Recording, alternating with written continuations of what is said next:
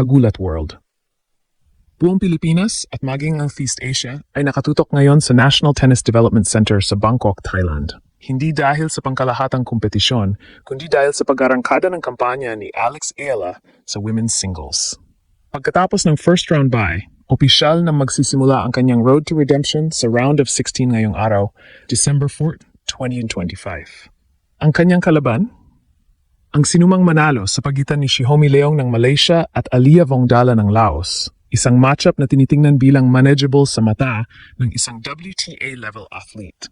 Ngunit ang totoo, ang laban na ito ang pinakamabigat na mental hurdle ni Ayala. Kailangan niyang bawiin ang momentum na nawala matapos ang kanyang sunod-sunod na Grand Slam heartbreaks. Ang pressure na nakaatang sa kanyang balikat ay hindi simpleng pressure to win, kundi pressure to dominate. Kailangang patunayan ni Ayala sa sarili niya at sa bansa na ang kanyang WTA experience ay nagbigay sa kanya ng ruthless consistency at zero tolerance for error.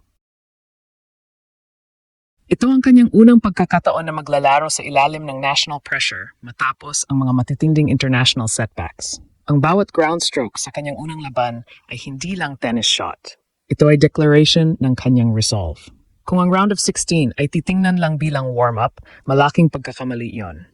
Ang kanyang opponent, sinuman kina Leong o Vongdala, ay maglalaro ng walang pressure at may extra motivation na masira ang winning streak ng Pinay superstar.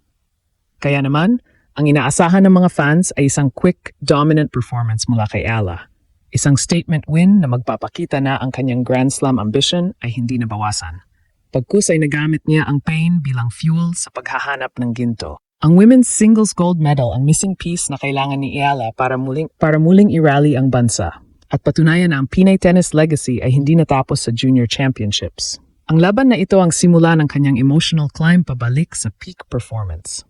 Kailangang manalo, kailangan maging flawless dahil ang bawat pagkakamali dito ay magdudulot ng doubt sa kanyang Grand Slam at WTA goals.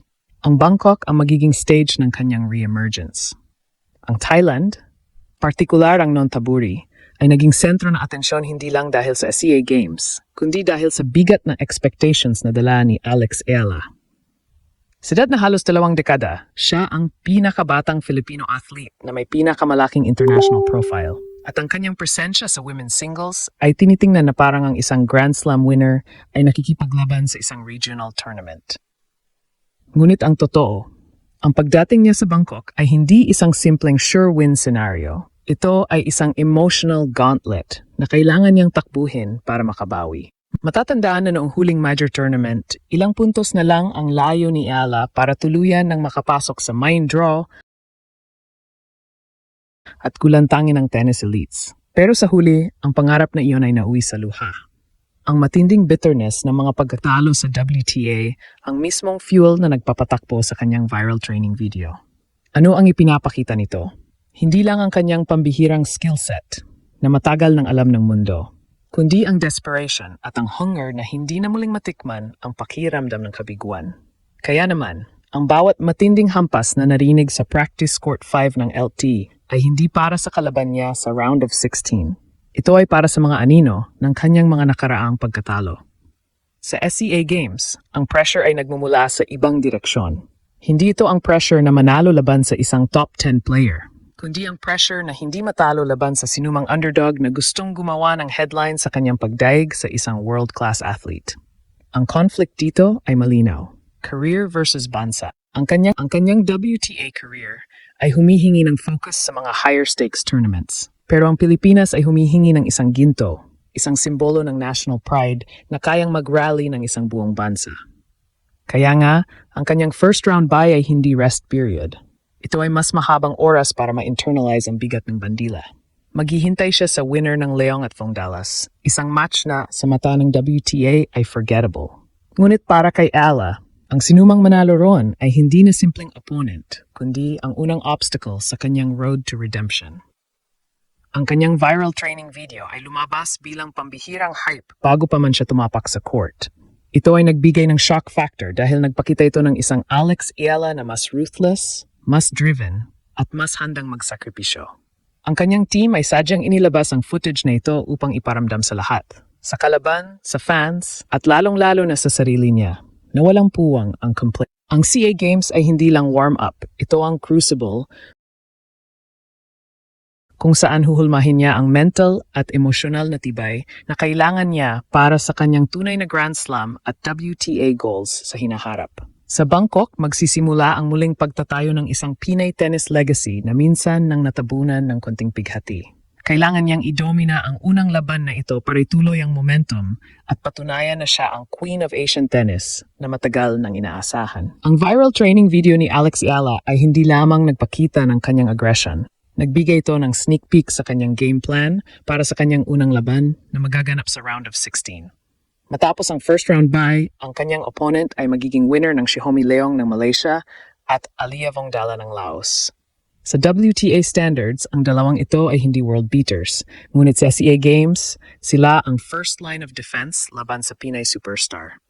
Ang tanong ngayon, bakit ganoon na lang ang tindi ng preparasyon ni Ala para sa isang lower-ranked opponent? Ang sagot ay zero tolerance for upsets. Kung si Xiaomi Leong ang mananalo, haharapin ni Ala ang isang opponent na may defensive at grinding style ng laro, typical sa mga Southeast Asian players. Dito papasok ang clue mula sa viral video, ang emphasis ni Ala sa powerful, deep forehands. Tiyak na gagamitin niya ang kanyang superior power at court coverage para iwasan ang long rallies at sirain ang rhythm ni Leong. Ang laban na ito ay magiging test case kung gaano kabilis niyang kayang wakasan ang laro. Isang mahalagang mental preparation para sa higher pressure matches na tiyak na haharapin niya sa semifinals at finals. Ang pagdomina kay Leong ay magiging statement na handa siyang sweep ang kompetisyon. Sa kabilang banda, kung si Alia Vongdala naman ng Laos ang magwawagi, ang intensity ay mananatiling mataas. Bagamat lesser known, ang mga underdog na tulad niya ay naglalaro ng walang pressure. At ito ang pinakamapanganib na wildcard. Dito naman, ang WTA experience ni Ala sa paghaharap ng mga unpredictable na kalaban ang magiging crucial. Ang kanyang mental game ang tatayong sandata, hindi lang ang kanyang skill. Sa viral training, kitang-kita ang pagsasanay niya sa angular shots at drop shots, mga tactics na ginagamit upang lituhin ang mga opponent na umaasa lang sa predictable baseline rallies. Ang conflict ay hindi tungkol sa skill gap, kundi sa emotional trap. Kailangang harapin ni Ala ang round of 16 na may WTA focus at zero arrogance. Ang hype ng kanyang viral video ay nag-iwan ng impression na siya ay unbeatable, pero ang SEA Games history ay puno ng shocking upsets. Kaya naman, ang kanyang aggressive training ay hindi lang warm-up. Ito ay mental conditioning para harapin ang sinuman sa Laos o Malaysia na may absolute respect at ruthless efficiency. Ito ang unang pagsubok kung kaya niyang i-translate ang Grand Slam level na aggression sa SEA Games Gold.